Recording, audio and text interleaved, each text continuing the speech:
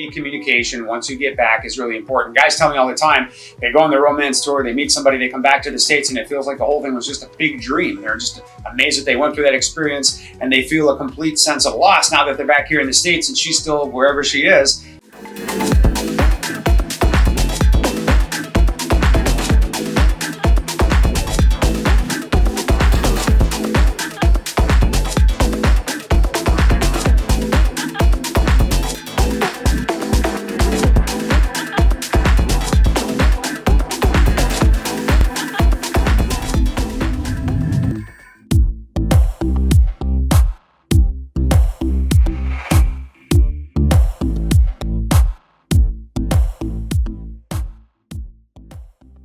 You know, the most important thing, obviously, in a long-distance relationship is communication. You've got to have steady, reliable communication, which means you've got to use all of the tools that are available to you guys, and you know this already. So that means email. That means phone conferences, wherever possible. You'll talk to her on the phone. That'll be very important so she can hear your voice. You can hear hers. You can reassure each other that things are going well and your relationship is growing.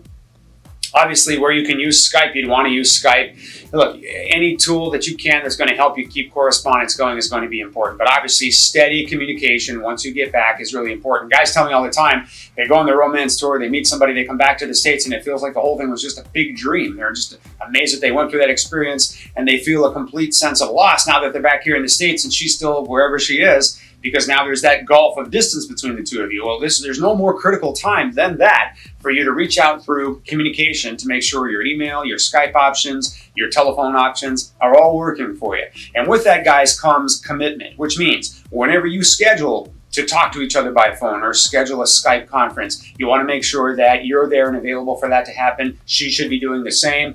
Where couples get into trouble is when one party is committed to that and another party is aloof, not as committed to that. So if you're scheduling calls and you're scheduling Skype and she's available and she's there, that's a good sign. If she's not, that may be a red flag and something that we'd want to talk about. Or if you, for some reason, are unable to keep your appointments, women in this process can lose faith just like you can if the experience is not really consistent for them. So keep your commitment to keeping that communication going really, really strong. And, again, guys, there has to be some transparency and some accountability when you talk about commitment, which means that, you've got to know that the two of you are a couple, you are in love and behaving as such. And when, again, there's long distance in between the two of you, that's kind of a hard thing to count on sometimes. I think it's really important for you to ask her, what does transparency look like? What does commitment in a long distance relationship look like? What would accountability look like? So, in order for you, my love, halfway across the world to know that I love you, and in fact, we're moving forward as a couple, and I'm as committed to you here as I was there. What does that look like? What best practices would you like to see? What can I do to assure you that we are in fact committed to each other and I'm keeping my commitment to you? Let her give you that feedback. It'll give you an idea of what not only she expects from you, but what you can realistically expect from her, and talk about that as a couple. It's really, really important.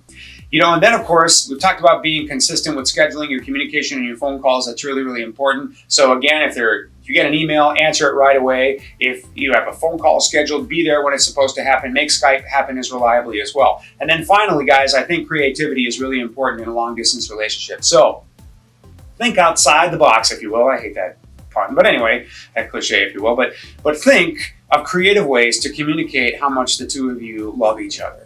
And just a few examples, guys. Make a blog. Go make a blog page for her. Make it something you can write notes on, add photos to, maybe photos of the two of you together, or share emails or whatever. Make it private so just the two of you, or maybe her and her family, you and your family, can see how things are going and developing. Create a page somewhere on the internet. It's easy to do. That's dedicated to just the two of you in this experience, so that whenever you're not there, she can go to the internet, pull that blog up and see a message from you, or see a picture or something like that. Do you feel like your search may be hopeless?